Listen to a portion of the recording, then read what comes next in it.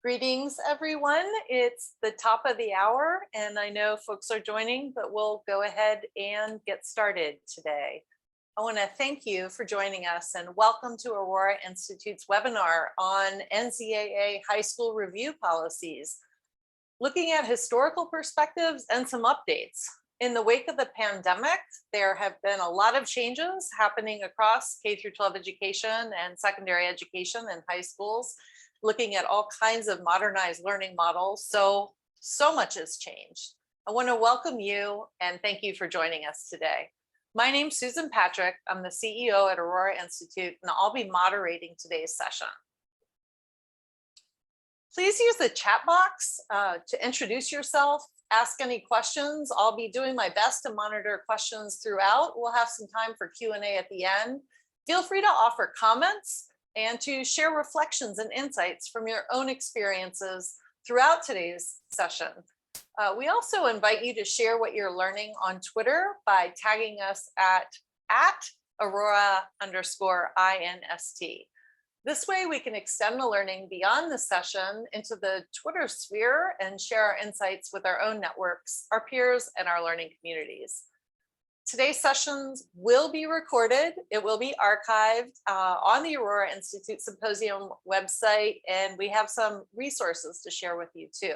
We'll be sure and send you a follow-up email at the end within the next few days with the slides and the recording.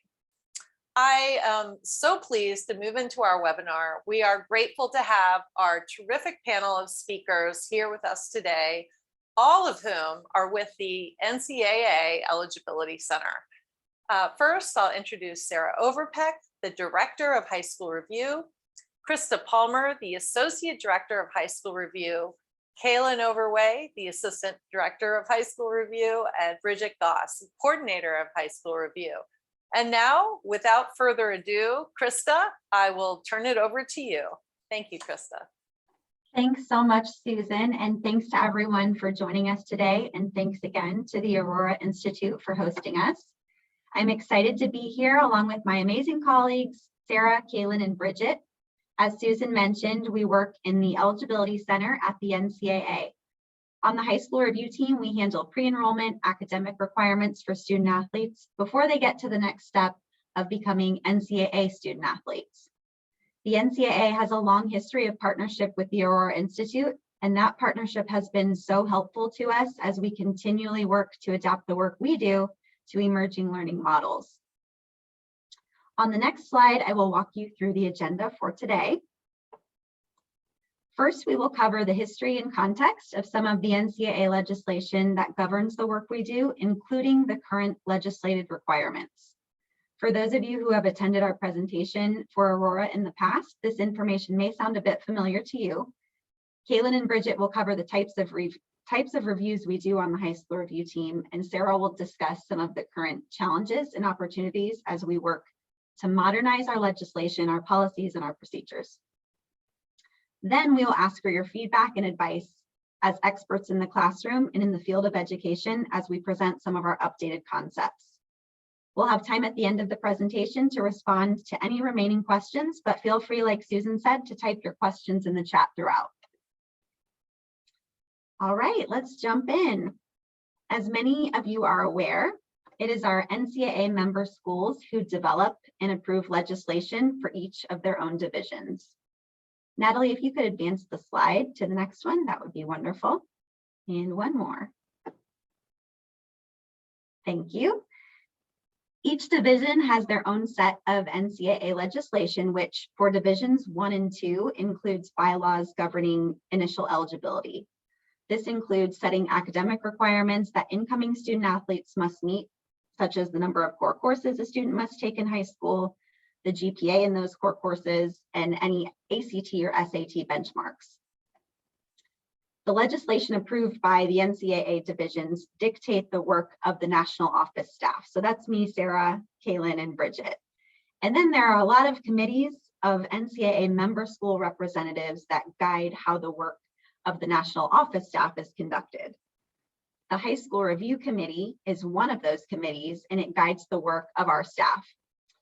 The committee is unique in that not only are post-secondary representatives from divisions 1 and 2 part of the committee, but there are also independent members from the secondary ed community. Over the years, we've had teachers, principals, school founders, and leaders of educational organizations like Susan as part of that committee. The perspectives and input from this committee are so important to us in making sure that our legislation and how we enforce that legislation are aligned as closely as possible with innovation in education.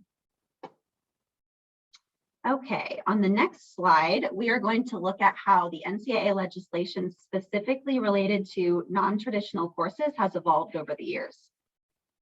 Prior to the year 2000, the only reference of non-traditional courses in the NCAA legislation was regarding independent study and correspondence courses. The legislation at the time did not allow for those types of courses to be used in students' initial eligibility certifications. And then about 10 years later, around 1999 into the year 2000, in response to the growing popularity of online, blended, and distance learning and other types of similar instructional environments, the governing groups in divisions 1 and 2 began allowing the use of those courses in initial eligibility certifications, but with some conditions set around how those courses are administered. Some of the elements that were in the 2000 piece of the legislation are still present in the existing legislation. And then about 10 years later, NCAA staff began to notice some trends in student work from certain types of learning environments where students were able to complete courses in a matter of days or hours with little to no guidelines in place for pacing, timelines for course completion, and student-teacher engagement. The High School Review Committee, along with the National Office staff, gathered extensive feedback from the leaders in the field and members of the secondary ed community on how to uphold expectations of college readiness while still allowing the use of non-traditional instructional methods. The requirements we set always have to walk the fine line of allowing for innovation in the field, but also guarding against the potential for academic misconduct. So keep that in mind for later in the presentation when we seek your advice for some of our updated concepts. Now I'm going to flip it over to Kaylin, who's going to give some more detail on the current legislation and types of reviews we do on the high school review team. Thanks, Krista. So as Krista said, I will be talking about the types of NCAA reviews, and then I'll be passing it over to Bridget to get a little more specific for core course reviews. So on the next slide, we have a description of all of the reviews that we do in high school review. So first we start kind of at that broad level of account reviews, and that's your high school. So we look at school policies and operations, we look at the oversight of curriculum, instruction, and assessment. And that's basically for us to get an idea of, do we trust the information that's coming from this school? Are there any issues in quality control and integrity of the information that we're receiving from your school?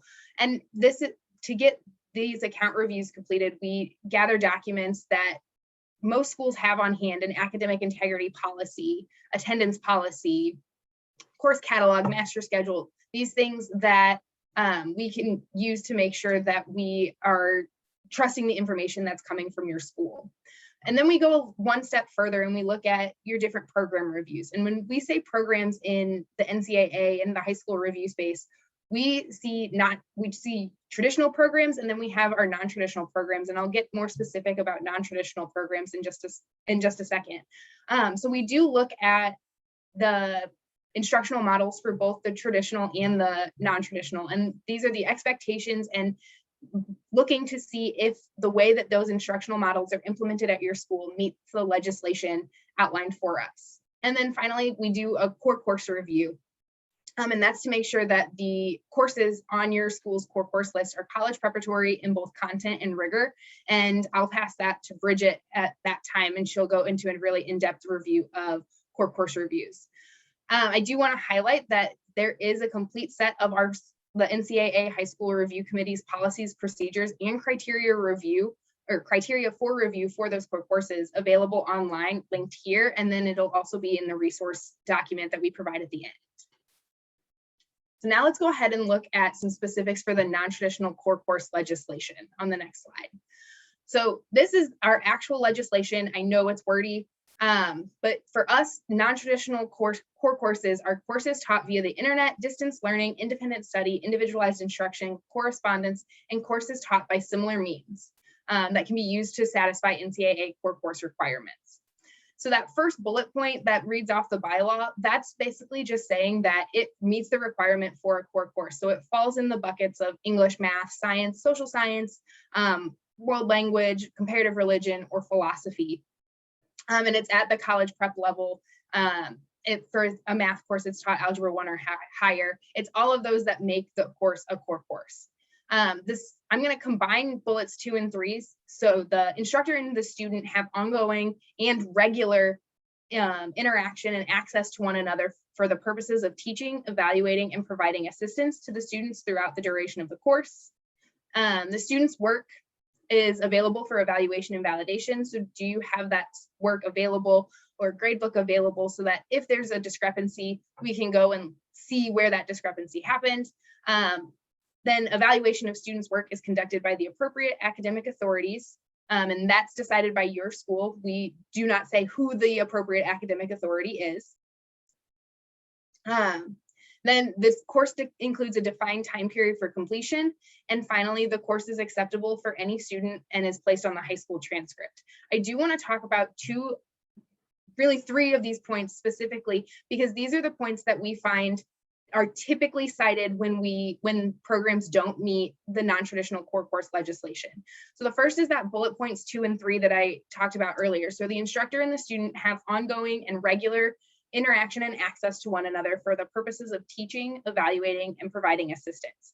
Often we find that non-traditional programs have no problem meeting the evaluating and providing assistance piece as far as ongoing and regular, but the teaching piece is often the harder one to meet. We find that the help desk model, so if students are working through the program at their own pace and they're only interacting with the instructor when they have a question, that's not regular because there's no guarantee that the student is regularly having questions. They could be progressing with very minimal questions. But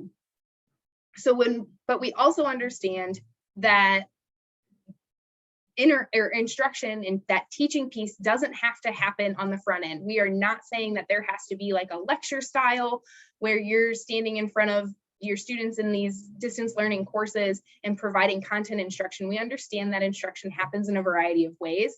So we do look to see how it's being offered in other ways. One that we've seen a lot is through feedback, and especially on that back end of assessments. I was a former English teacher, and so I usually reach to English for examples. So when commenting on students' assessments on an essay, oh, that thesis was great, but you really need to do a better job of supporting your evidence. You've got the quote, but there's really no analysis of the quote. It's just kind of quote after quote. So really extending that learning and providing instruction in ways that don't necessarily mean that in upfront instruction, it can be there on the back end. And then the other portion that we find that we often cite for not approval is that course includes a defined time period for completion. We don't say what that defined time period for completion is. We just, as defined time period of completion, we have to have a minimum and a maximum and a way to enforce those, and especially minimum. And this comes, like Krista said, as we were developing the legislation, we needed to safeguard against abuse of non-traditional programs. And we found that there were some schools that were offering courses and students were completing those in a matter of hours. So we included that defined time period for completion for a course to safeguard against abuse in that manner. So we don't say what the minimum has to be, just that your school has one established, and that when it comes time to, you can enforce that and you have that set so that students know that they can't progress any faster than that. So that's the end of the non-traditional core course legislation. I'm going to pass it off to Bridget to give you all an in-depth look into core course reviews.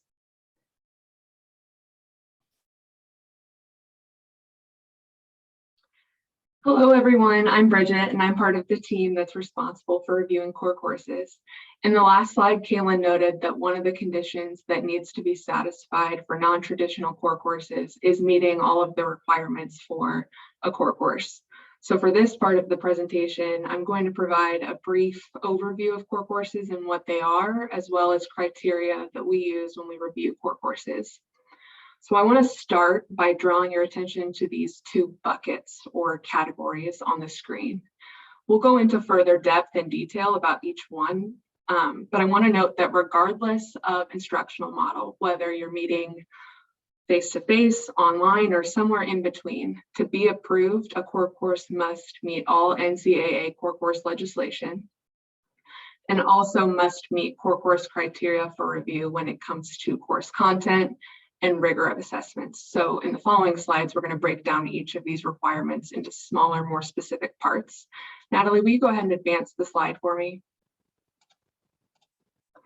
Thank you. So as I mentioned, a core course must meet all NCAA core course legislation. This legislation is published and it can be found in the High School Review Committee policies and procedures. So I think Kaylin has linked it previously, and then we're also going to provide a resource for you. I think it's the second linked resource and document. So hopefully that'll keep you from having to take furious notes. This is all in there, but I'm still going to go over it. So a core course must meet all of the following NCAA core course legislation. The first aspect is it must qualify for graduation credit in English, mathematics, and that math course needs to be taught at Algebra 1 or higher, natural or physical science, social science, and then comparative religion, philosophy, and world language. The second aspect of the NCAA core course legislation is the course must be considered college preparatory, which has several definitions. So for the purposes of this presentation and NCAA core courses, college preparatory for us is defined as any course that prepares a student to academically enter a four-year collegiate institution upon graduation from high school. The last two parts of legislation, the core course or a course must be taught at or above the school's standard academic level and also taught by a qualified instructor. So if you're uncertain if a course should be added to your school, program, or district's list of core courses, the first question that I normally advise people to think about is, does the course first meet all NCAA core course legislation? Natalie, if you could go ahead and advance to the last slide. So that was the first bucket. The second portion of core course review, aside from the legislation, involves evaluating courses alongside what we call the core course criteria for review. When we review courses using this criteria, we do a balanced evaluation of the course's content, as well as the rigor of assessments and performance tasks. So when we review a course's content, we look for what students are expected to know and do by the end of the course. So this includes content standards or desired learning outcomes, competencies, scope and sequence topics. Equally as important, on the other side of the balanced evaluation, we review the rigor of assessments and performance tasks. So we look at the cognitive demand that's necessary for a student to complete an assignment or a task, and we're looking to see that the course includes an application of higher level thinking skills. So again, the High School Review Committee policies and procedures, it actually includes published criteria for review that we use to evaluate courses for both content and rigor.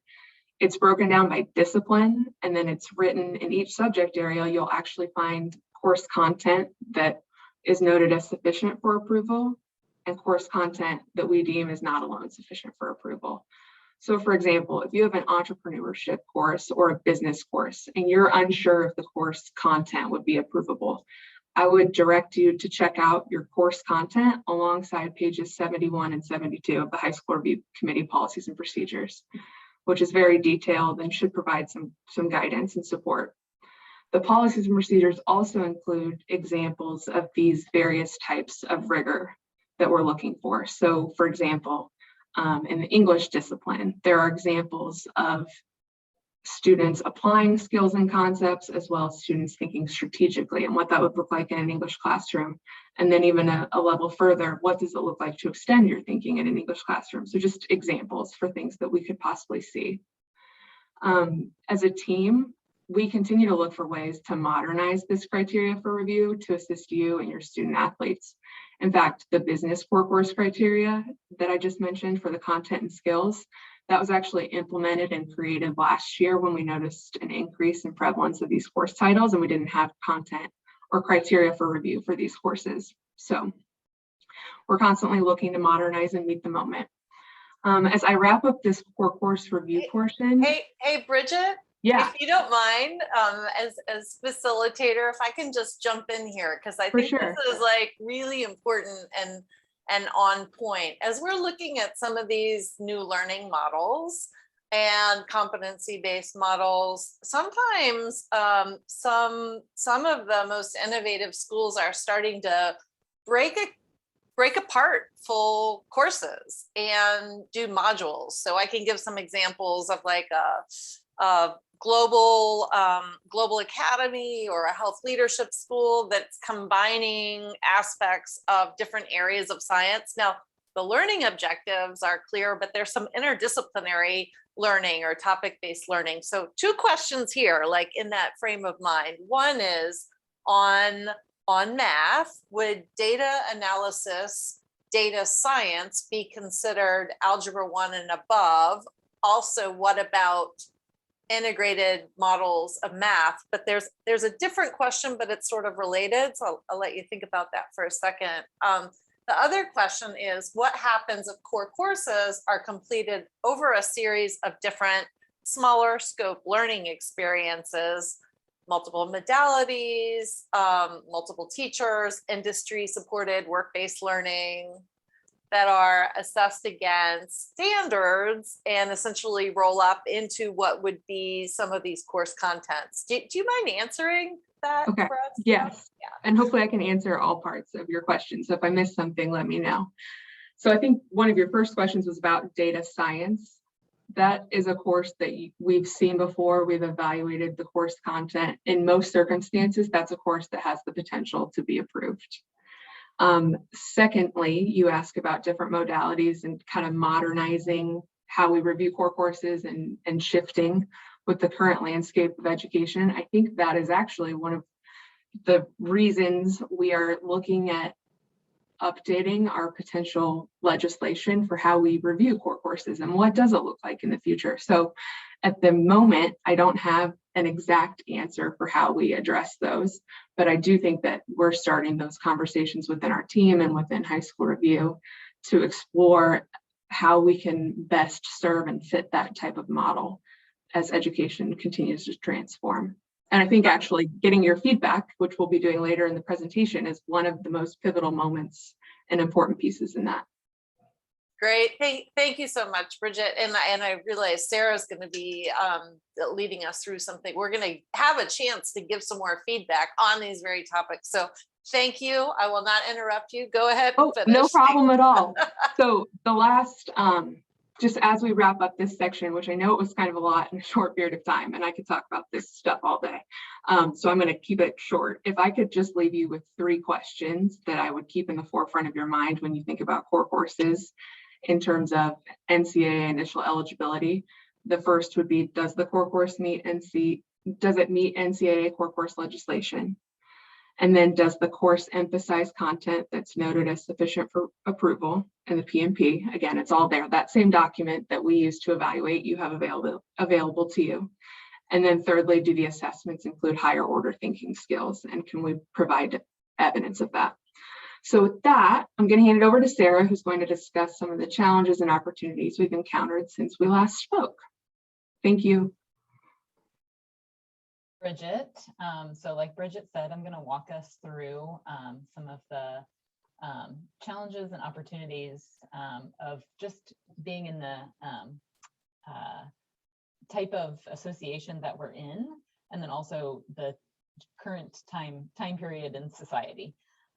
So much like probably your districts or your state boards of education, there's some slow change that occurs at the NCAA. So we're a membership organization. Like Krista mentioned, we're comprised of member schools that create the rules that then the staff at the national office implements and conducts reviews based on. So typically, things are slow to change. As you saw in that time frame of the evolution of the non-traditional core course legislation, there was basically a 10-year gap between any updates to it. And now we're even a little bit beyond 10 years from that last update. So in general, things are fairly slow to change and a little bit reactionary in terms of, by the time we get the information of what's happening in the field, or we start to see trends from prospective student athletes who come through the Eligibility Center, then we respond to those trends. So what we're constantly trying to do, though, is be a little more proactive, do presentations like this where we get to hear from the attendees. We work with educational organizations. Obviously, our high school review committee, which is comprised partially of independent members and secondary school representatives, is a great resource for us. But additionally, much like schools, districts around the country and around the world saw in these past 18 months, these unique circumstances have sort of enabled an acceleration of policies and just trying new things to see what works, what can benefit students, and it's sort of made everyone aware that maybe we're past time for some change and for some new methods and models. So on the next slide, I'll just talk through a few of those things that we've adjusted over the course of COVID-19 in particular, and then sort of how we're using that, the lessons we've learned. So obviously there were a lot of emergency changes in secondary education starting in the spring of 2020. And that led to a lot of short-term NCAA initial eligibility updates that are actually still continuing on. So they've sort of become more medium-term since the pandemic has not ended. But one of those updates, and I'll talk through each of these sort of in brief, but you'll have a link when you get the PowerPoint slides, and then also when we share that list of resources, you'll get a link to the COVID-19 FAQs from the Eligibility Center where you can read much more about these. And then if you have any specific questions, we can answer those too. But 4 kind of highlights of things that the Eligibility Center updated specifically in response to COVID-19 were the initial eligibility criteria for student athletes. The main adjustment being that the Eligibility Center eliminated the test score requirement for 2020, 21, and 22 high school graduates. So they still have to meet their core course and GPA benchmarks, but the SAT and ACT test score requirement was eliminated, just understanding that there were a lot of barriers to accessibility of those tests. There was also an adjustment made to the core course time limitation. So typically student athletes, if they graduate on time with their high school class, they're allowed for Division I, 1 additional course after graduation. For Division II, they're allowed several core courses after graduation, but before full-time enrollment in a college.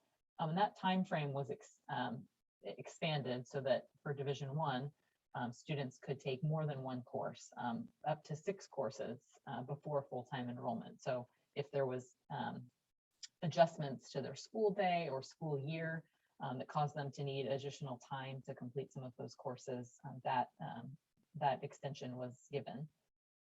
Also, pass-fail grading. This is something we saw particularly in spring 2020 when schools sort of suddenly went to emergency remote instruction.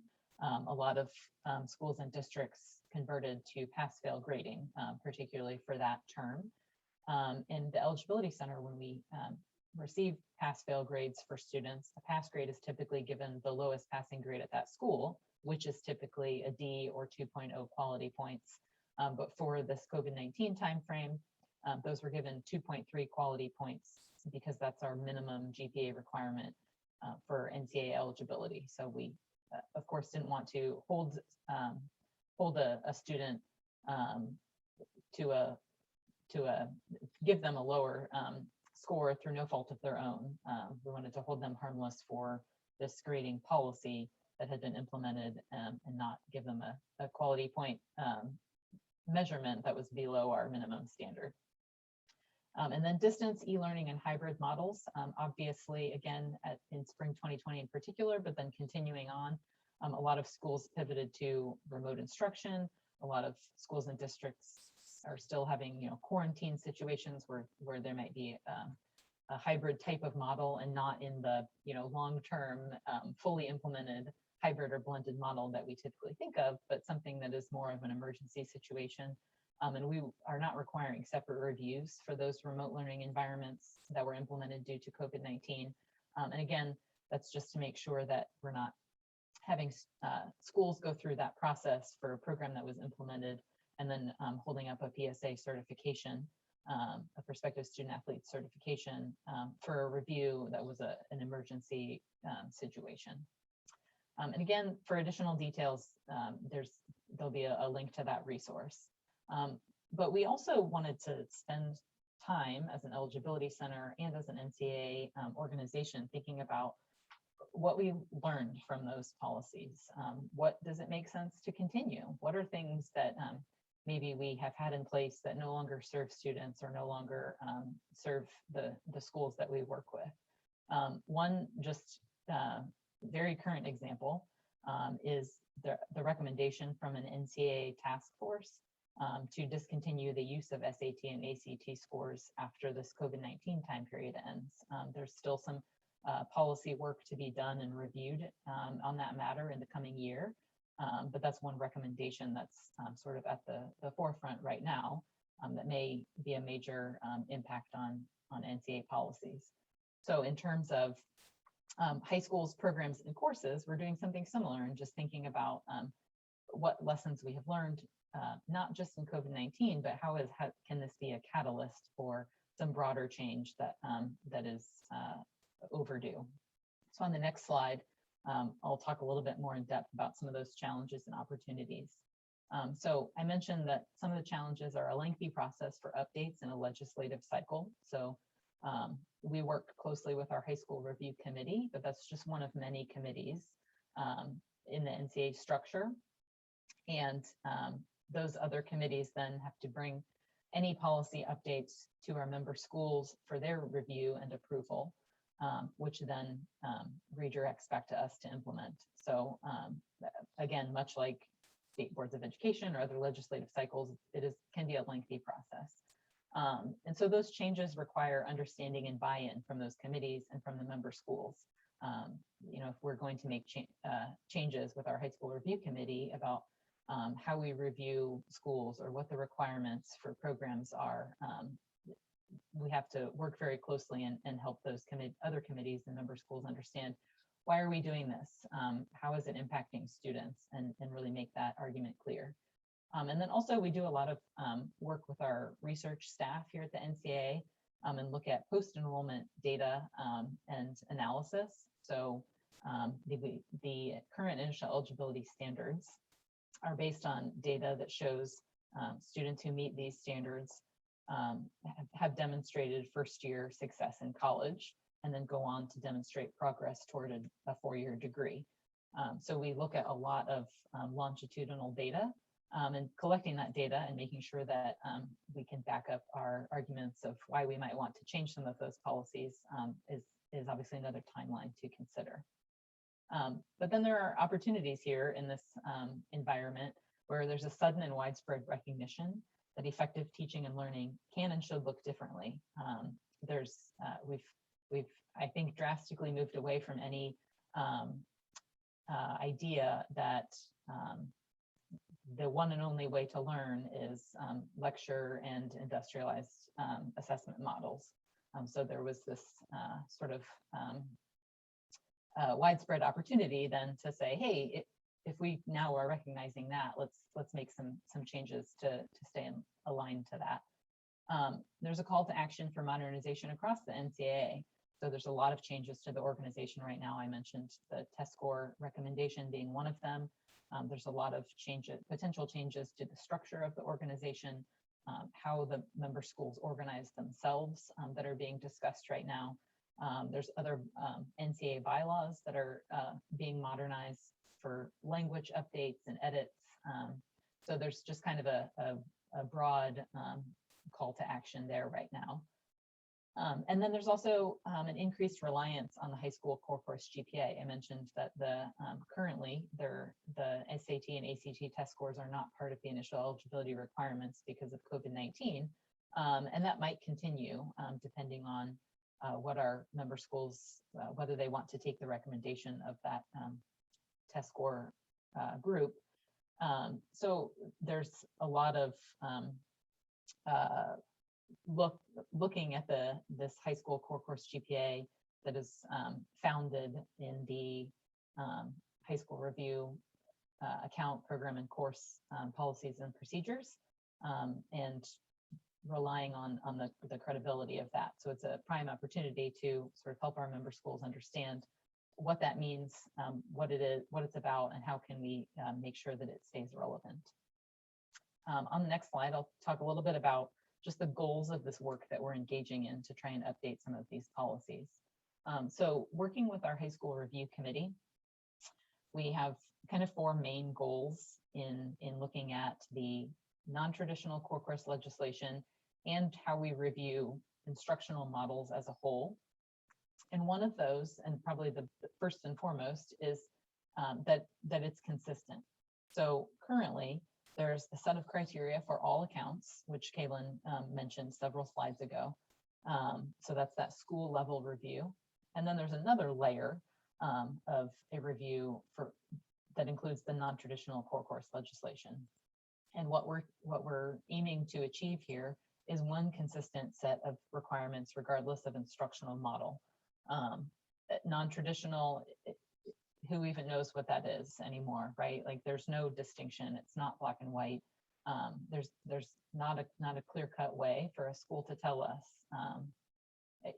Even a quote unquote traditional brick and mortar in-person school is probably blended in some way. So it just makes less and less sense to continue to keep separate sets of requirements, since these models are fluid and there's not a clear-cut distinction. The second element is just clear, that we want the language to be simplified. You saw the whole slide of non-traditional core course legislation, which is very wordy and sort of repeats some things in different ways. So one big effort is to just simplify the language.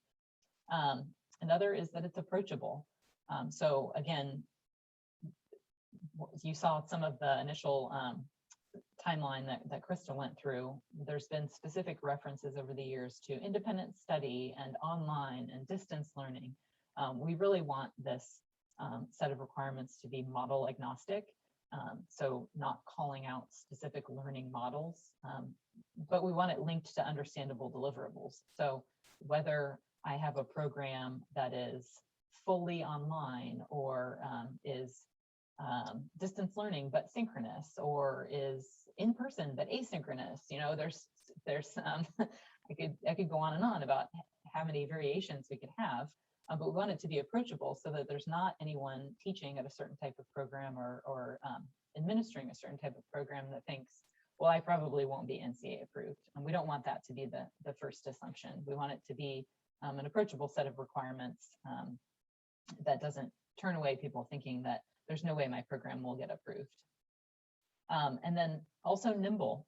So this goes along with clarifying and simplifying the language. The legislative requirements, as I mentioned, are extremely a lengthy time process to update them. So what we really want is a set of legislative requirements that is sort of the basic minimum regardless of learning model, which will enhance the high school review committee to then update their policies and procedures to provide a robust set of criteria so that it's understandable. Bridget referenced several times the criteria for review for core courses. We've done a lot of work with our committee over the years, making sure that that's a robust set of criteria that schools can access and review to understand what will or might not be approved in terms of core courses. So similarly, we want to have that ability to nimbly adjust to what's happening currently in the field, not just for courses, but for learning models as well. Okay, on the next slide, Krista is going to kick us off here to walk through some of our updated concepts and how we're gonna gather some feedback and advice from all of you. Thanks, Sarah. We have reached the interactive portion of the presentation. So Natalie, if you could advance to the next slide, we're going to do a little practice session to use the Annotate tool for the next few slides. So on your screen, if you all will look at the view options at the top of your screen and select Annotate, and then select a stamp and choose whichever stamp you like. We're doing a little trial run here for the next few slides. So pick a stamp and then place the stamp on the sport that resonates most positively with you.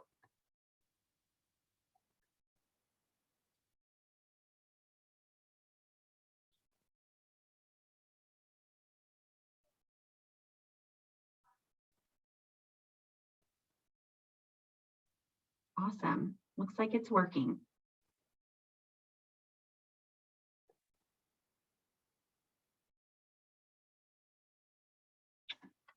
Cool. Okay. Natalie, let's go to the next slide so we can get started on getting some feedback on our updated concepts. As Sarah mentioned, we are working on modernizing the legislation for one set of criteria for any instructional model, any type of instructional model, from fully online to fully in person. So we want to make sure that we have a good understanding of what's going on in the classrooms that you all work in or the districts that you're a part of. So we're pulling from some of the existing legislation. We're looking at what we can scrap totally. We're looking at what we can add, but we want to gather feedback from you all to make sure we have a good understanding of that. Okay, so the first concept, instructors are available for academic assistance throughout the course and for all students. So using your Annotate tool, answer the question, is this present across all subject areas in your district, school, or program?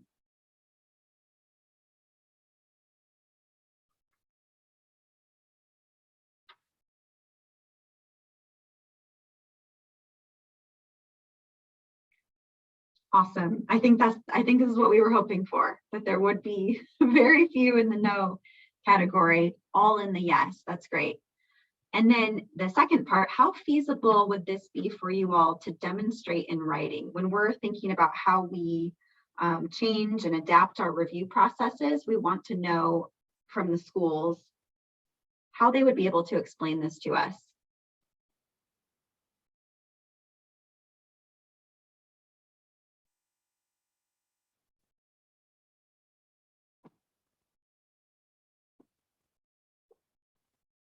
Awesome. That's great. Good feedback. Sarah, I can't remember, did you want any of the participants to share any details about how they might do this? I can't remember what we talked about. Yeah, if anything comes to mind for anyone, you're welcome to put something in the chat if you just have a comment or anything you'd like to share about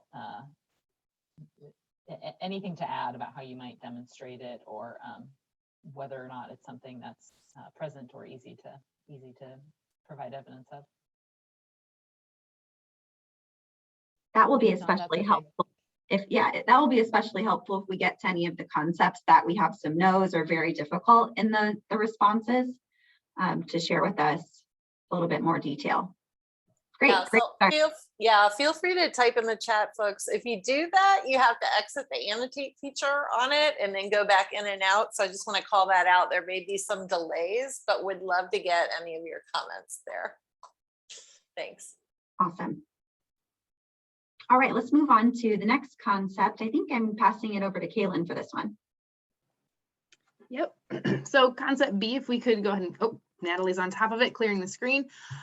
So for concept B, instructors monitor student progress throughout the course and for all students. So instructors are monitoring the progress for all students throughout the entire course. So again, using that Annotate tool, is that present across all subject areas in your district, school / program. We've already got responses coming in.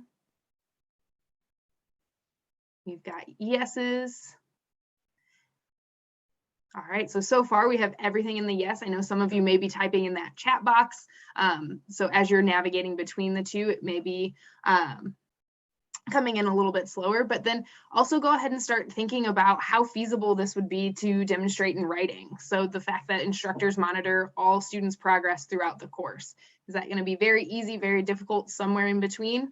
And we've got those responses coming in, also coming in at very easy, on the easier side. So it sounds like you all have instructors ready and they are monitoring student progress throughout the course. All right. So let's go ahead and again, feel free at any time to type any responses or any feedback into that chat feature. But at this time, I think we can go ahead and move on to concept C. All right, so again, instructors for all students, so for every student, instructors provide timely, specific, and actionable academic feedback throughout the course and for all students. And again, using that annotate tool, either yes or no. And you all already know the next steps and moving into how feasible it would be to demonstrate that in writing. We've got, so far, all of our stamps are in the yes, and so far, all of our stamps are over on that easy side of the continuum. All right. All right, so I think I'm going to pass it off to Bridget for concept D.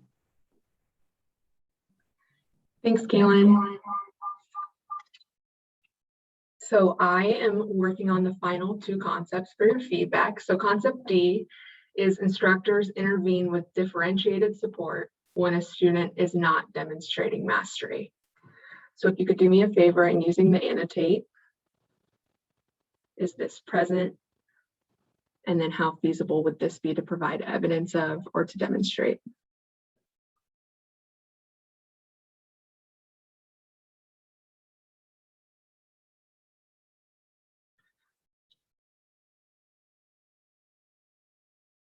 Would anyone be willing to open up and kind of share their perspective on why it might be a little bit tougher to demonstrate this?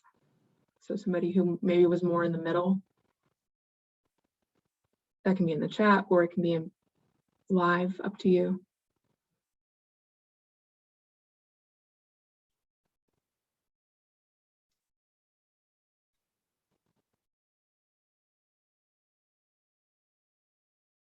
And maybe we can come back to this too. I'm Andre Harrison. I'll jump in and say why I think it would be, from an instructional standpoint, the key word there, differentiated support. Sometimes that may be challenging for instructors to do. And so I know, as a former superintendent and educator, K-12, that has always been an area, and even now as Vice President of Accreditation Services, where we work with schools with differentiating and intervening with students to support all students. Thanks for sharing that. I think this is something we'll probably continue to dive into. Thanks for providing that perspective on differentiated support. We have one more final concept, so if we could go to the next slide of concept E. So we'd appreciate your feedback on the following. So using the annotate tool, if you could comment on if this is present. So student timelines for completion of courses or competencies align with state and local requirements for attendance and or instructional time.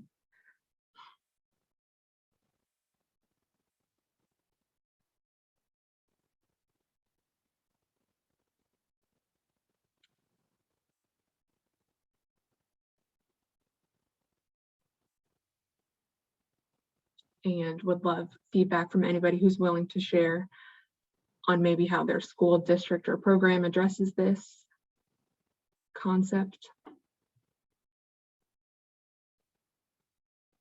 One thing I think is really interesting is that even though we keep track of state seat time requirements, and that most states, like 49 states, claim to have a lot of flexibility during the pandemic in 2020, 2021, they were still like having to do a whole different round of bureaucratic waivers on it. So I think that this does get really, really tricky on the state and local requirements for attendance and instructional time. I just wanted to name that.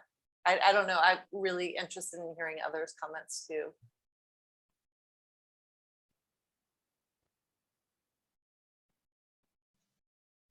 Susan, that's really helpful. I know that there's, you know, your organization does an amazing job trying to keep track of all those different state policies. And it's been something that we've never, as an NCAA eligibility center, had a seat time requirement, but it often gets interpreted that way. And so we're trying to, again, sort of balance what Krista mentioned at the very beginning of, you know, understanding that there are just egregious abuses potentially. And it's not just online models. There's, you know, there can be academic misconduct in any model. And so we're just always trying to protect against those egregious abuses, but also be open to obviously 50 different states and, you know, hundreds of different localities and their requirements and their expectations. So keeping a balance of those. So yeah, I would love any other input from folks in the audience.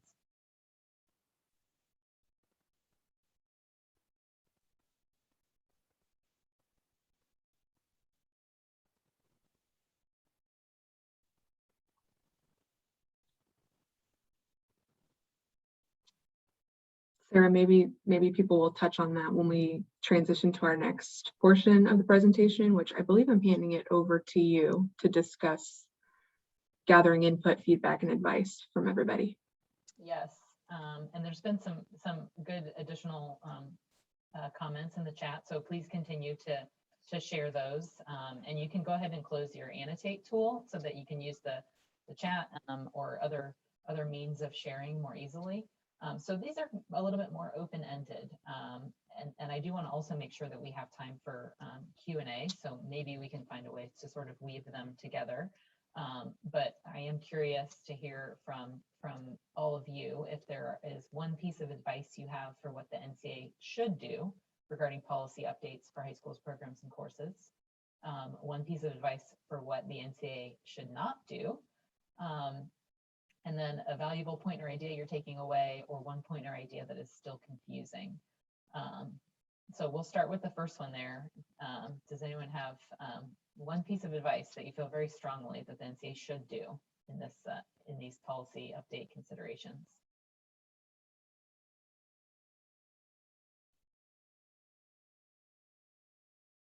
And you can, again, drop some comments in the chat. You can unmute if you'd like.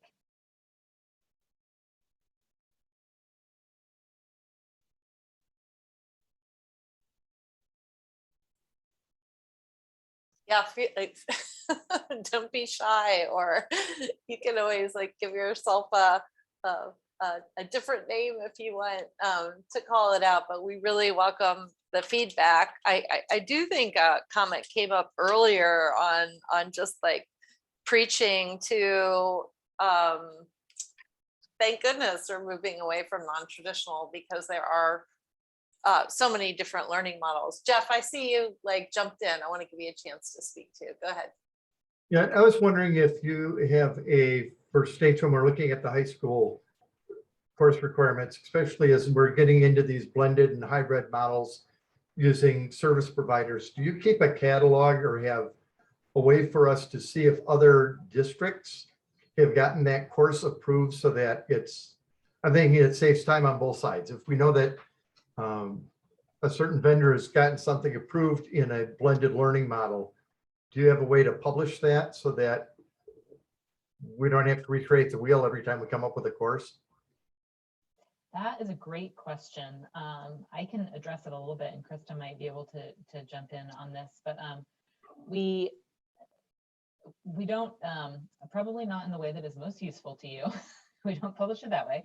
But if you know, for example, that a district near you has purchased from a certain vendor and teaches that course, any school that has an account with us and has courses that they've submitted, you can view those through the eligibilitycenter.org website. So you could look up that school and look at the courses that they've had approved.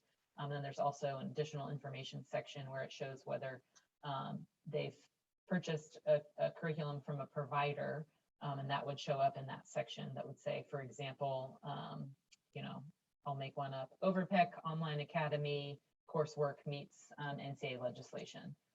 So you could look at it that way. Unfortunately, there's not a way to search by the provider itself.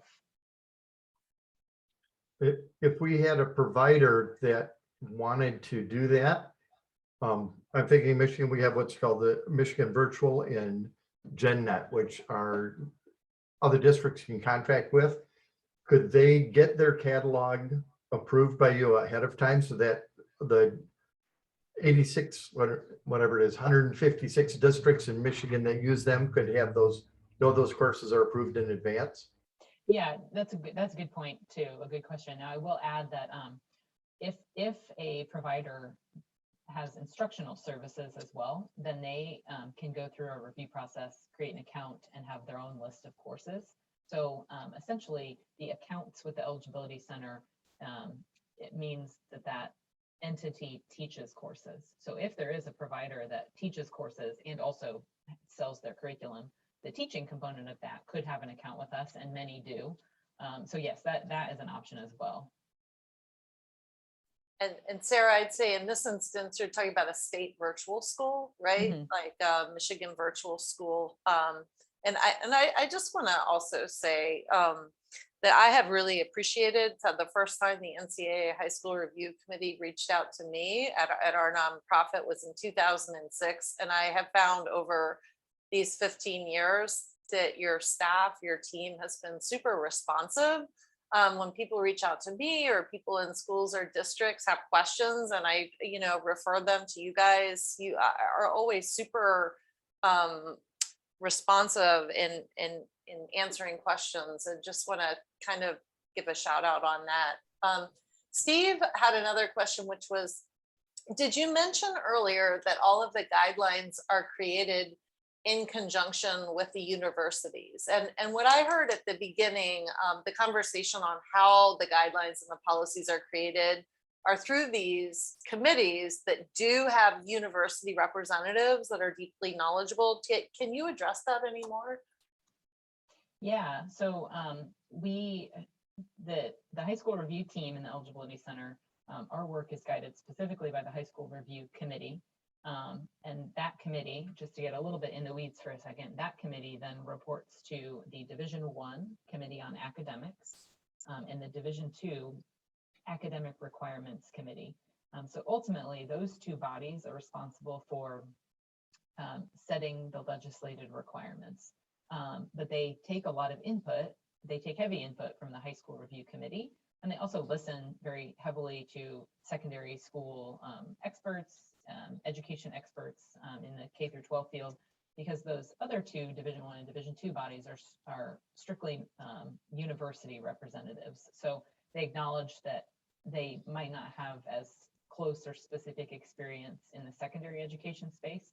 So it's really a dual effort between the colleges and universities in both divisions who are represented on those committees, and then the secondary school expertise that they get from the High School Review Committee or educational organizations, or staff feedback from things like this, where we gather feedback directly from folks in the field.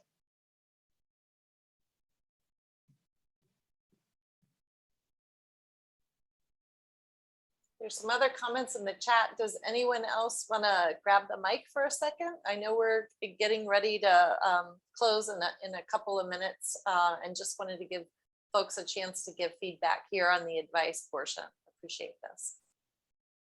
I did also, one thing real quick, because I know it was a question earlier during Bridget's section, and there's also a mention here of the Mastery Transcript Consortium. So I do want to mention that one of the big components or big considerations in this work is also how we can set ourselves up for the future, which is not necessarily, the future is now.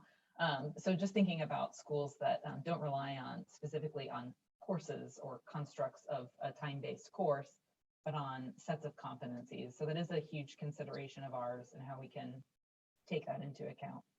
Yeah, and the other question I meant to come back to is evaluating pass-fail grades. You mentioned it in terms of the pandemic, when schools were going all pass-fail, but just thinking about how do you evaluate pass-fail grades or competency assessed courses. So I think of like Marzano, standards-based grading 1 to 4, or proficiency scales where it's not yet, or developmental or proficient or advanced proficiency. And some of those have numbers attached to them, but I don't know if you can just give any insights on that.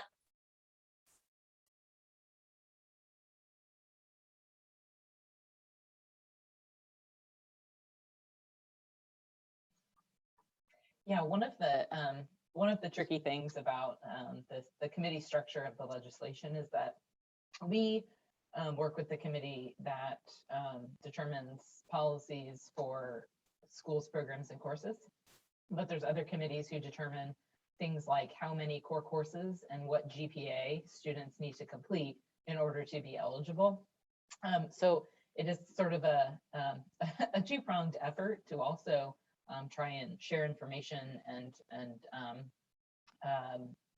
like stories and data about what's happening in the field, not just in terms of schools, instructional models and courses, but the students and what they are completing and the transcripts they will present and what that means for what we say is college ready and what is not yet college ready.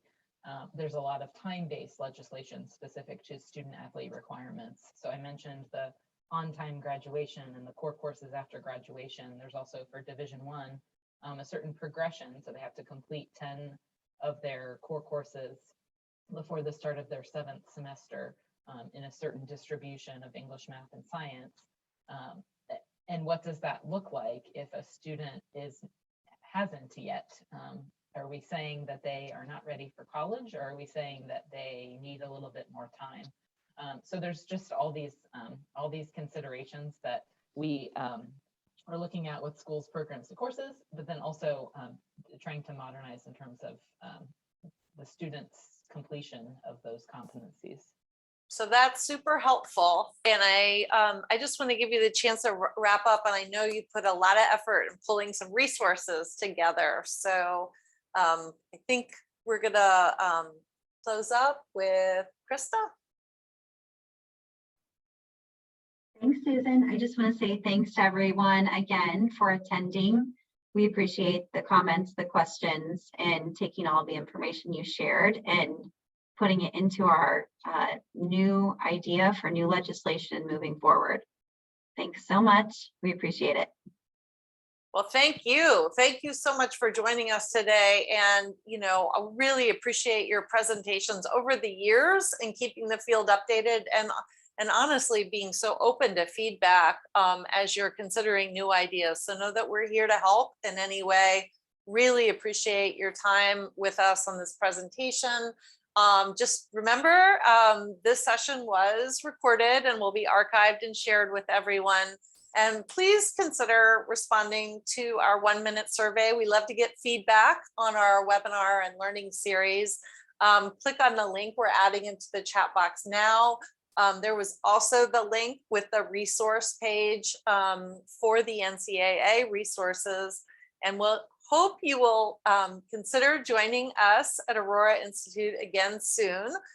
We have an upcoming webinar on December 8th. Speaking of policies, this one is focused on state education policy. It's really a year in review for 2021 legislation on student-centered learning. So we'll hope to see you then. Other than that, please check out our website at aurorainstitute.org, follow our social media channels, and we hope to see you all very soon. Thank you and bye-bye, everyone. Thanks again to the team.